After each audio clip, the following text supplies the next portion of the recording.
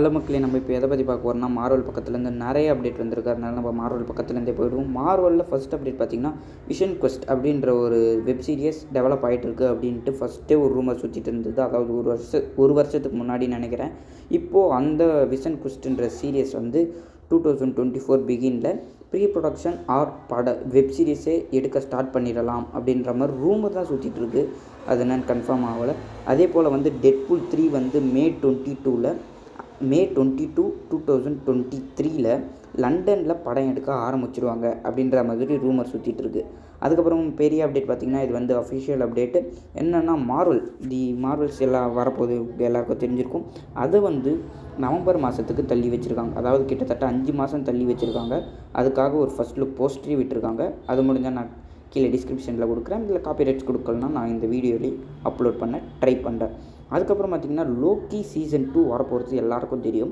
அதில் Jonathan majors அதாவது gang வந்து அட்லீஸ்ட் 3 எபிசோட்ஸ் தான் இருப்பார். அதாவது லீஸ்ட் 3 எபிசோட்ஸ் தான் இருப்பார் அப்படின்ற மாதிரி போட்டிருக்கு. 3 எபிசோட் மேலே வரமாட்டார்.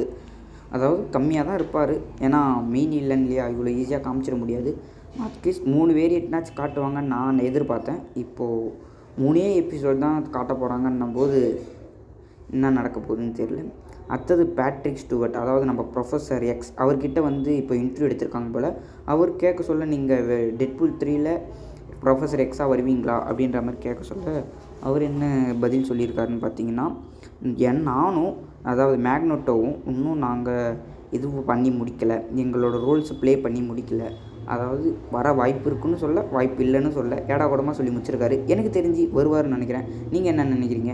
அதை எதிர்பார்க்காம நீங்கள் கமெண்ட் பண்ணுங்கள். அதை பற்றி நான் தெரிஞ்சுக்கிறேன். டிசி பக்கத்துலேருந்து கம்மியான அப்டேட்ஸ் தான் வந்திருக்கு. என்னென்ன லைனாக பார்த்துலாம் வாங்க. இப்போ ஜேம்ஸ் கன் வந்து இப்போ சூப்பர்மேன் படத்தை அவர் தான் டேரக்ட் பண்ண போகிறாருன்றதுனால சூப்பர்மேனை பற்றி நிறைய ட்வீட் போட்டுட்டு இருக்காரு. அதில் என்ன சொல்லியிருக்காருன்னு பார்த்தீங்கன்னா, சூப்பர்மேன் வந்து இப்போ எடுக்க போகிற படத்தில் அரௌண்ட் 25 இயர்ஸ் ஓல்டாக தான் இருப்பார். அதாவது அந்த ஊர் பேட்மேனை விட இவர் வயசு வந்து கம்மியாக தான் இருப்பார் அப்படின்ற மாதிரி ஒரு ட்வீட் போட்டிருக்காரு.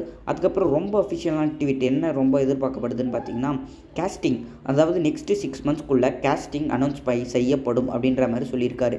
அது என்ன கதைன்னு தெரியல. மேபி சூப்பர்மேனுக்கு சொல்லலாம். ஏன்னா அவர் தான் பிக் கேஸ்டிங் இல்லையா, யாருன்னு எதிர்பார்த்துட்ருக்காங்க.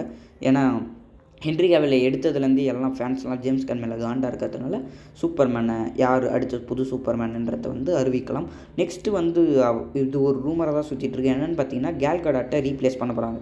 அதாவது நம்ம வண்டர் உமனை ரீப்ளேஸ் பண்ண போகிறாங்க. யாரால் பார்த்தீங்கன்னா, ஆண்ட்மேன் அண்ட் வாஸ்பா நடிக்கிறாங்களே அவங்க வந்து இப்போது வண்டர் உமனாக நடிக்க போகிறாங்களாம். கேல் கடாட்டே ஓகேன்னு எனக்கு தோணுது. உங்களுக்கு என்ன தோணுதுன்றதை மறக்காமல் கமெண்ட் பண்ணுங்கள். இது மட்டும் இல்லாமல் நிறைய அப்டேட்ஸ் வந்திருக்கு. என்னென்னு பொறுமையாக பார்க்கலாம். இன்றைக்கி இது போதும். நாளைக்கு உங்களை வந்து சந்திக்கிறேன். பாய்.